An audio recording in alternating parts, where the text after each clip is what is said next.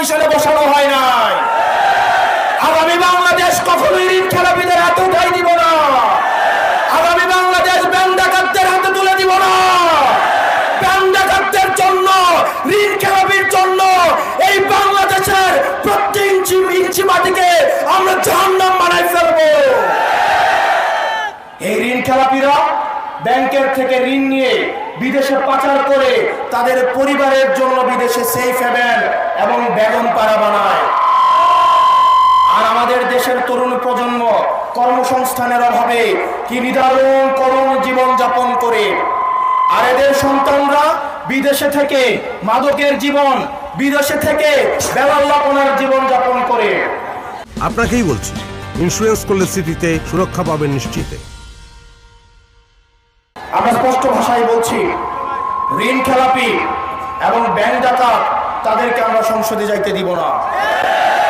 কিছুদিন আগে দেখলাম বন্দর একটা বিদেশি কোম্পানিকে দেওয়ায় অনেক দল রাস্তায় এসে আন্দোলন করলো যে বন্দর নাকি বিদেশিদের হাতে তুলে দিবে না। আমরা দেখলাম 138 বছরের শ্রেষ্ঠ 138 বছরের মধ্যে সবচেয়ে বেশি বন্দরে এই বছরই ইনকাম হয়েছে। আপনারা বন্দর বিদেশিদের হাতে তুলে দিবেন না, কিন্তু প্রবাসীদেরকে এনে আপনারা সংসদে ঢুকাবেন। এই মুনাফিকে আপনারা নিয়ে কিভাবে ঘুমান? এই প্রবাসীরা এখন সুযোগ আসছে, বাংলাদেশে আসছে।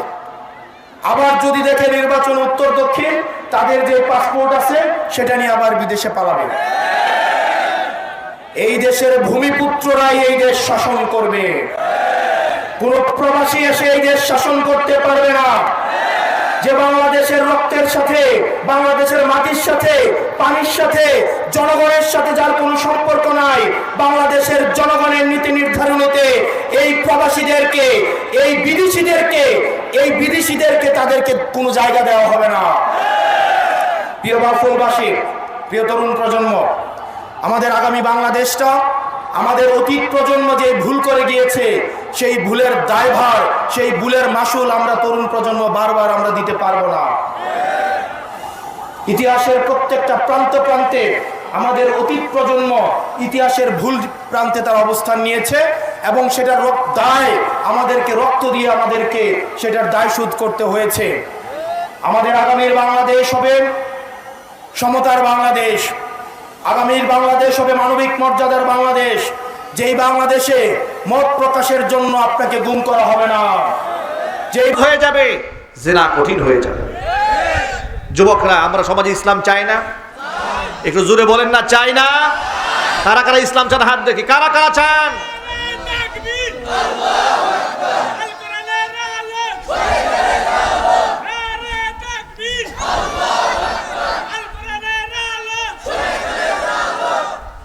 ভাইরা, রাষ্ট্রে যদি ইসলাম চায়, যুবক ভাইদেরকে অনুরোধ করে বলবো, যুবকেরা তোমরা যারা আমার সামনে বসে আছো, এখানকার অধিকাংশ যুবক বয়সে আমার চাইতে ছোট, আলহামদুলিল্লাহ। তারা কোরআনের মাহফিলে হাজির হয়েছে, প্যান্ট পরেছে, শার্ট পরেছে, জিন্স পরেছে, তাকবীরের স্লোগান শুনে মনে হচ্ছে ভিতরে ইমানের বারুদ জ্বলছে। আল্লাহু আকবার বলেন। এই যুবকদেরকে অনুরোধ জানাচ্ছি, যুবকেরা ইসলামের সৈনিক হয়ে বাঁচতে হবে, ইসলামের সৈনিক হয়েই মরতে হবে, দিন কায়েমের আন্দোলন করে বাঁচতে হবে, আন্দোলন করতে করতে জমিন থেকে মরতে হবে। কিয়ামতের মাঠে সাহাবায়ে কেরামের সাথে আল্লাহ পাক জান্নাত নসিব করে দেবেন ইনশাআল্লাহ। বলেন আমার ভাইরা, যদি আমরা রাষ্ট্রের মধ্যে ইসলাম চাই, আগেই বলেছি কিছু কিছু আমল আছে রাষ্ট্রীয়, আবার কিছু কিছু আমল আছে ব্যক্তিগত। এখন যেহেতু রাষ্ট্রের মধ্যে ইসলাম নাই, রাষ্ট্রের মধ্যে ইসলাম কায়েম করার চেষ্টা অব্যাহত রাখতে হবে। ওটাতে একটু দুরূহ ব্যাপার, একটু কঠিন ব্যাপার, কিন্তু অন্ততপক্ষে নিজের মধ্যে ইসলাম আনা, এটা আমার জন্য বড় দায়িত্ব। জোরে বলো ঠিক কিনা? এই জন্য অন্ততপক্ষে নিজেকে আমি ইসলামের মধ্যে আনতে চাই। ব্যক্তিগত আমল, 5 ওয়াক্ত নামাজ। এই যে আমার সামনে যারা বসে আছে, অনেক মুসলমান আছে নামাজটা পড়ে না, কিন্তু ওয়াজ মিস দেয় না একটাও, কথা বলে না।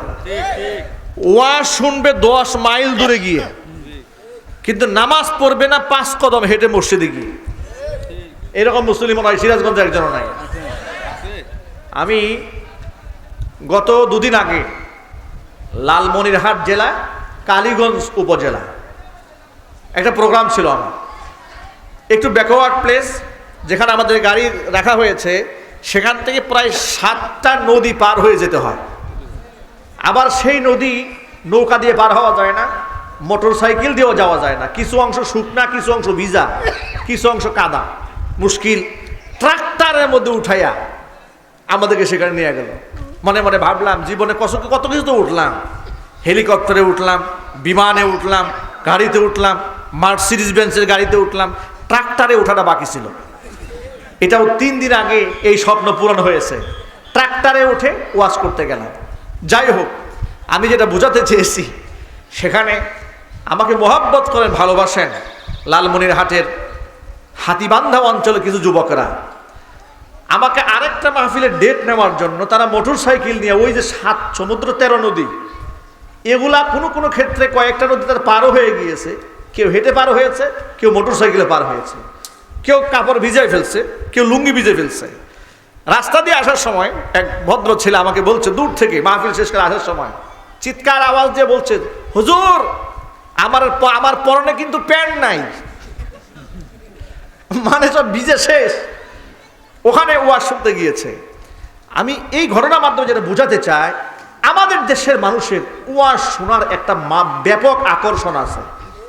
যার দরুন পকেটের টাকা খরচ করে, টাকা পয়সা খরচ করে, গাড়ি ভাড়া দিয়ে বিন্নি বিরিয়ানি সিন্নি কিছুই থাকে না, শত শত কিলো পর্যন্ত দৌড়ায় গিয়া মানুষের কোরআনের মাহফিল শুনে। আলহামদুলিল্লাহ বলেন, আলহামদুলিল্লাহ বলেন। আল্লাহ পাক তাদের এই কষ্টকে কবুল করুন। আপনারাও যারা এখানে এসছেন, অনেকে দূর থেকে আসছেন, একটু ওয়াজ শুনে আসছেন। এখন আমার উদ্দেশ্যটা, খোরাকটা কি? এত কষ্ট করে যে এলাম, আমি যদি আমার জীবনটাকে একটু বদলাতে না পারি, নিজেকে যদি একটু শুধরাতে না পারি, আমার এত লম্বা সময় বসে থাকাটা বেকার চলে গেল।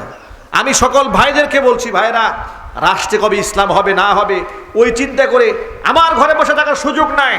আমার উপরে ইসলামের যে দায়িত্ব রয়েছে, সেটাকে আমাকে আজকের এই মুহূর্ত থেকে শুরু করতে হবে।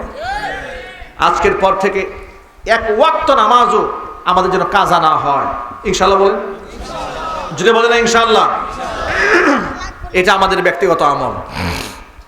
মুখের দাড়ি রাখার আমলটা যুবকেরা হালকা করে দেখার কোনো সুযোগ নাই। অনেক সময় যুবকরা মনে করে এটা একটা সুন্নত আমল, রাখলে ভালো, না রাখলে অসুবিধা নেই। না, এটা একটা ওয়াজিব আমল। এভাবে রসুলের নির্দেশনা এসেছে, হুকুম এসেছে, এটা রাখতেই হবে। আর মুখের দাড়ি রাখলে কারো ইজ্জত নষ্ট হয় না, কারো চেহারার সৌন্দর্যতাও নষ্ট হয় না, কারো ওয়েটনেসও নষ্ট হয় না, কারো ভারিত্ব কমে না, বরং ইজ্জত আল্লাহ পাক বাড়িয়ে দেন। সুবহানাল্লাহ বলেন। প্রশাসনের মধ্যেও দাড়িওয়ালা লোক আছে, সেনাবাহিনীর মধ্যে আছে, সরকারি বড় বড় অফিসারদের মুখে দাঁড়িয়ে আছে। এর মানে বোঝাতে চেয়েছি, সব সেক্টরে যদি দাঁড়িয়ে রেখে দায়িত্ব পালন করা যায়, যুবক ভাইরা, আমরা কেন মুখের মধ্যে ওয়াজিব আমল দাড়িটা রাখবো না? ব্যক্তিগত আমল, আমরা যখন দুনিয়া থেকে বিদায় হয়ে যাব, গায়ের কাপড় কিছুই গায়ে থাকবে না, কিন্তু মুখের দাড়িটা নিয়ে কবরে পর্যন্ত আমরা পৌঁছে যাবো। যদি বলুন ঠিক কিনা? অতএব যুবকরা, আমরা কি মুখের দাড়ি রাখতে পারবো না ইনশাল্লাহ? যদি বলেন না পারবো না ইনশাল্লাহ। আজকের পর থেকে কারা কারা পারবেন হাত দেখতে চাই, কারা কারা পারবেন দাড়ি রাখতে ইনশাআল্লাহ? এবং এক মুষ্টি রাখবেন, এক মুষ্টি দাড়ি রাখবেন ইনশাআল্লাহ বলেন। আল্লাহ কবুল করেন।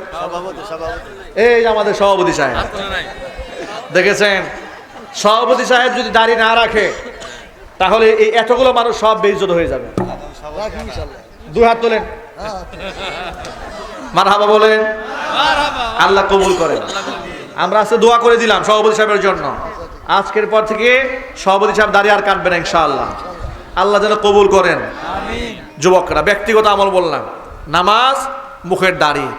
আরেকটা আমল বলি, যেটাকে আমাদের যুবক ভাইরা কোনো আমলই মনে করে না, টাকনুর নিচে কাপড় পরে। কথা বলেন। আবার মসজিদে যখন যায়, খুব তাড়াতাড়ি করে টাকনুর উপর কাপড় উঠায়।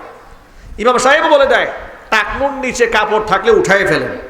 তারা মনে করে যে এটা শুধু নামাজের সময় উঠালে চলে, নামাজের পরে নিচে থাকলে কোনো অসুবিধা নাই। কিন্তু মৌলিক কথা মনে রাখতে হবে, মা আসফালা মিনাল কাবাইনি মিনাল ইজারি ফিন্নার, মা আসফালা মিনাল কাবাইনি মিনাল ইজারি ফিন্নার।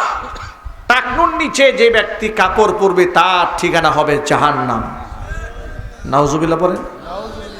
তাহলে এত বড় কবিরা গুনাহ যুবকেরা আজকে থেকে করা যাবে ইনশাল্লাহ? বলেন, ওয়াদা করলেন তো? আজকে থেকে বাসায় গিয়ে প্যান্টের নিচে কেটে ফেলবেন।